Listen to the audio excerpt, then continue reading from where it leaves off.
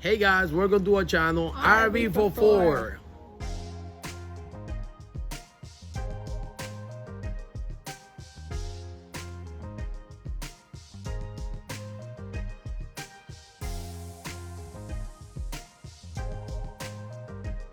So today guys, just like the title said, we're gonna learn how to do white rice. It's very simple.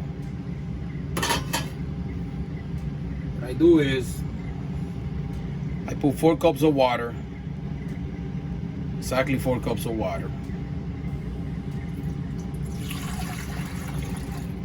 Measurement cup is a lifesaver. I didn't believe in them much, but they are lifesaver, guys. Measurement. When you're cooking, measurement is a key. Then you turn on your range or your stove. You put it on high because you want the water to be boiling. Then we're gonna add 2 ounces of oil. I use vegetable oil. 2 ounces. Let the water boil.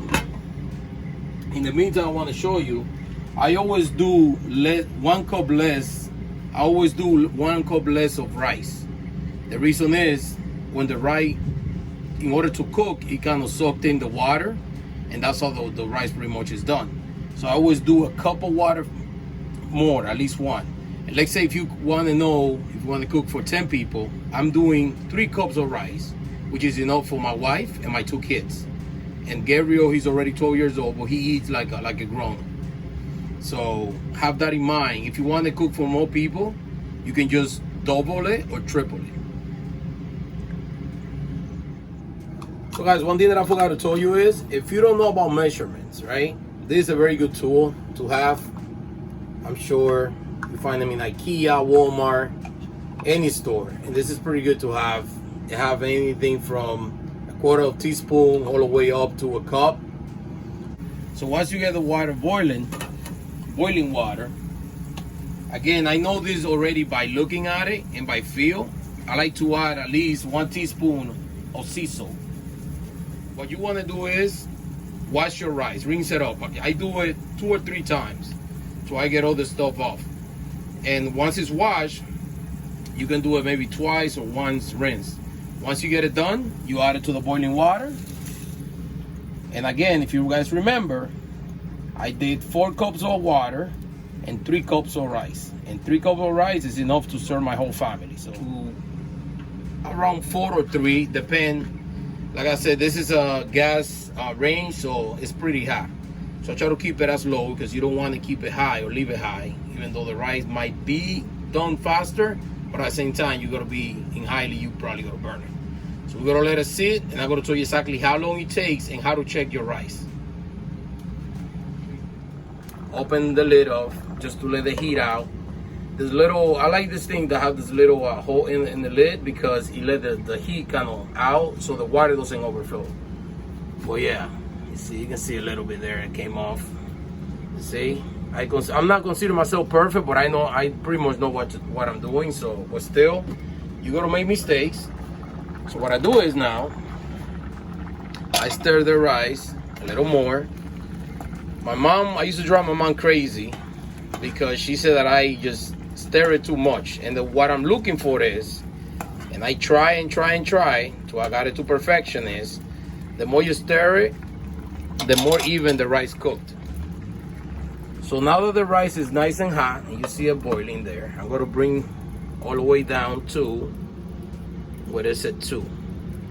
And the 2 is not very low, but it's low enough that I can walk away. So now guys, I want to show you how the rice look. Again, some people love to walk away from it and leave it alone. What I like to do is, I like the feel of it. Just to feel the rice. You're still seeing the bottom of it, you see a little liquid. So that means that's still cooking. I don't know, some people believe that the more you open it, you don't let the rice cook. But again, I like to stir it because the more you move it, the more you stir it around, the rice get cooked evenly. And that's what I like to do. You see how nice and moisture it look nice and shiny. I like to make it flat on the top so that heat stays in the bottom. So guys, there you have it. 15 minutes have passed and my rice is done. that was my secret I want to share with you guys. My dad came to visit us and he couldn't believe how fast I can cook. And that's one of the things. Again, you play with the fire, you got to burn a couple of things or two. Trust me, happened to everybody. But yeah, my rice is done. Look how nice and soft and fluffy it looks. That's what I like to see, the shine of it. There's a couple of ways that I know, and I'm going to share with you guys too, is there's a couple of ways you can check if the rice is done. My first is you try it. You don't even guys know how many times that I told people that know how to cook, and they told me, oh no, you know, we don't really try my food. I don't really taste it. You have to taste your food. Rice is very simple. When you bite on it, it tends to be very hard in the middle. It's not done. Unless you would like to eat it like that, I'm probably gonna give you a stomachache. I like to have it when it's nice and soft. You can try it. The second way you can do it is you can take a spoon, put it in your hand, and you can squeeze it with your finger. And if the rice is nice and soft, you can pretty much just disintegrate it in your hand. You know that your rice is done too. But right now my rice is done in about 15 minutes and a few seconds pass. So pretty much you can have a meal in 15 minutes. I just want to share with you guys a funny story when I learned how to cook and how I learned how to cook. 15 years ago when I got married with my beautiful wife Ericka, we used to live in Miami in an apartment, and I didn't know how to cook. A married man, no kids, but I didn't know how to cook. So I wanted to surprise her one day because I was off from work and she was working, and I called my mom. I said, Mom, how can I make brown rice? In Spanish we call it moro, M-O-R-O, and it's pretty much brown rice with green beans or green peas. So I called my mom, and she's explaining to me the same process that I showed you about the white rice. And to make long story short, the rice came out so perfect, my wife thought that I bought it in a restaurant. The good thing about cooking is you can do whatever you want. There's no rule to it, as long as everything is cooked and you know the danger zone for the bacteria to grow and all that. Always keep your hand clean. You wash your vegetable. Make sure everything is nice and clean. You don't want to get sick. That being said, we're going to use a whole white onion, some green bell pepper, and the red apple. You might wonder what I'm going to do with the apple. I'm going to show you in a minute what I'm going to do with it. I was so devastated, guys. Devastated. When my wife told me this was an imitation crab meat. No, that's a big no-no. But it does taste like crab. So we're gonna use this. We definitely gonna use this. Now we have the shrimps. My wife loves so much, and they're already peeled and tail off. We don't have to worry about cleaning those. Then we have the lemon juice. Again, guys, don't focus on brand. You can use any brand. We got sazon completo, which is just a seasoning. It's just very complete, have everything in it. The reason why I'm using the seasoning, guys, is because I don't have fresh cilantro. And I don't want to use the sea salt because this already has it on it. So instead of that, I'm going to use, cilantro is in here, so I'm going to use this just for flavor. And we're going to have the white vinegar. Again, you also got to do it to taste, whatever you guys want to do. Just, this is not a recipe. Pretty much just use your imagination. I want to show you guys what I'm doing right now. I'm cooking the shrimp. I'm going to make sure they're nice and cooked. Once it's cooked, I'm going to remove the shrimp with the water and everything. You want to keep this water for the perfect ceviche.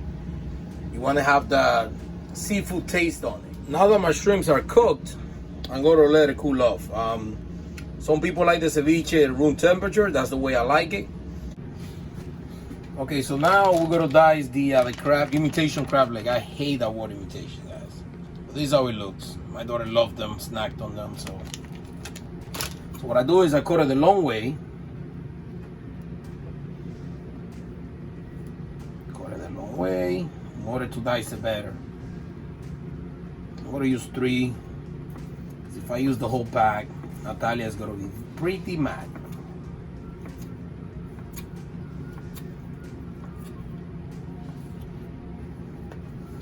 The main ingredient in there is going to be the shrimp, so I'm going to use the whole bag of the shrimp. So the crab leg is just going to be that complement, just to give it a nice taste to it. I'm going to show you guys how everything look. I already diced the green bell pepper. I also diced the red apple and the onions. But to be honest, guys, I didn't use the whole onion because it will be pretty strong. I used half of it. The bell pepper, I also used half of it, and the apple, I used the whole apple. So I also added lemon juice because it helped the apple from turning brown, and it also helped the flavor too. So after I put the lemon juice, about 3 ounces, just like I said, I love lemon flavor on food. Love it, love it, love it.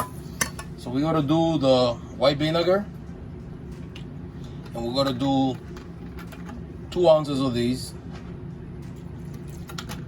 white vinegar. And now the complete seasoning, sazon completo, we're going to use a teaspoon. Just the same amount we would do with the salt. And again, it's all about the flavor and taste, how you guys like it. We're going to mix all that together. Nothing is cooked except for the shrimp. But look how beautiful the color is. Look at that. That's why you call it ceviche.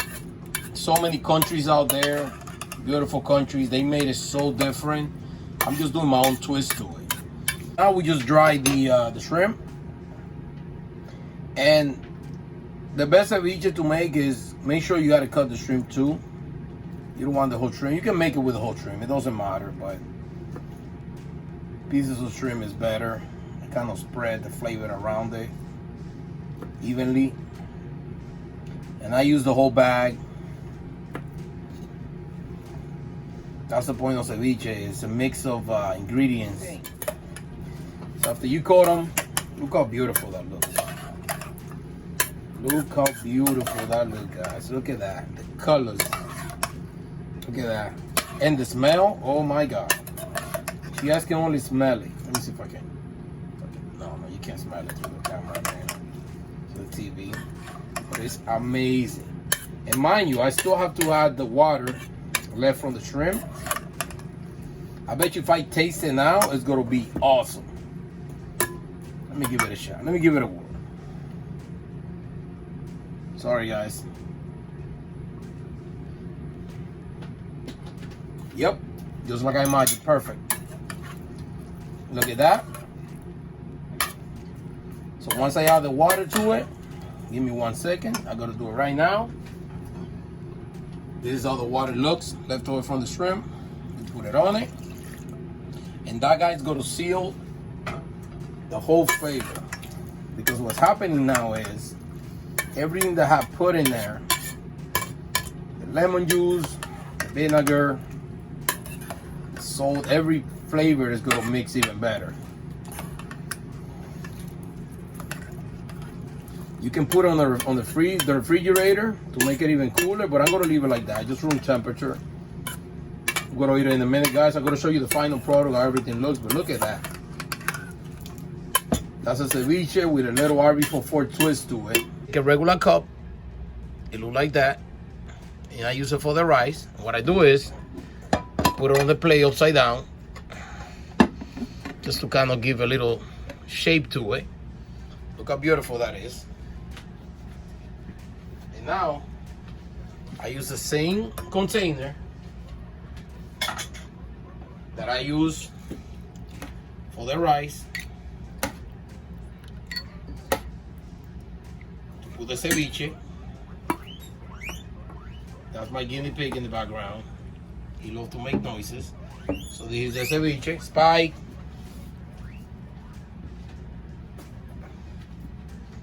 And now, top it off with a little mixed green. Guinea pigs are so funny, guys. They got such a big sense of smell. Very, very big. So, very strong. So he can smell the greens. He's under the table, so he was able to smell it. And that's why he's calling my attention there. Look how beautiful that looks, guys. Look at that. Presentation is key. They already try it. They love it. So there you have it. You got your ceviche with shrimp, white rice, and mixed green on the side.